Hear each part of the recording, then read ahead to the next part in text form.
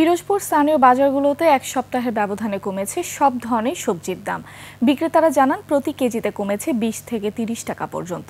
পাশের জেলা বাগেরহাটের সংসদীয় আসনের সীমানা বণ্টনকে কেন্দ্র করে চলমান অবরোধের কারণে জেলার বাইরে যেতে না পারায় সরবরাহ বেড়েছে।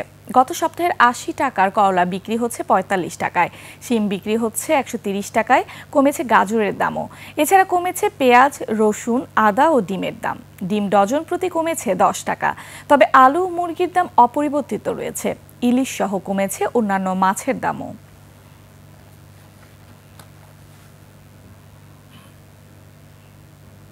দর্শক, বাজারের আরো খবর জানাতে আমাদের সাথে সরাসরি যুক্ত হচ্ছেন পিরোজপুর প্রতিনিধি শিরিন আফরোজ। শিরিন, আজকের বাজার দর নিয়ে আপনার কাছে আর কি তথ্য আছে, আমাদের বিস্তারিত জানাবেন। জি, ধন্যবাদ লোপা আপনাকে। আমি রয়েছি পিরোজপুর পৌর বাজারে। আমরা সকাল থেকে এই বাজার পর্যবেক্ষণ করেছি এবং আপনাকে জানাচ্ছি পিরোজপুরের বাজার পরিস্থিতি। আপনারা জেনে একটা খুশির খবর দিয়ে আমি পিরোজপুর থেকে শুরু করছি। গত এক সপ্তাহের ব্যবধানে বাজারে দরপতন হয়েছে সবজির। যে সবজি টমেটো ছিল 200 টাকা, এখন সেটার দাম রয়েছে 120 থেকে 160 টাকা। আবার গাজরের দাম ছিল 220 টাকা, সেটা এখন 140 টাকা। আবার যে লাল শাকের মুটি বলে, এখানে মুটি ছিল 40 টাকা, এখন 20 টাকা। তার মানে পিরোজপুরের সবজি বাজারে ব্যাপক দরপতন হয়েছে এক সপ্তাহের মাথায়। প্রতি কেজিতে প্রায় 10 থেকে 20 টাকা কমেছে। এর কারণ হচ্ছে, আপনারা জানেন যে সংসদীয় সীমানা বণ্টন নিয়ে বাগেরহাট, ভাঙ্গা, ফরিদপুর এই রুটে চলছে অবরোধ।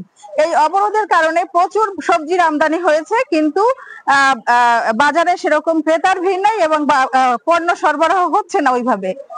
এটা ছিল সবজির বাজারে দরপতন। এখন বলছি অন্যান্য যেমন আলু, তারপরে পেঁয়াজ, রসুন, এগুলোর বাজার দর অপরিবর্তিত রয়েছে।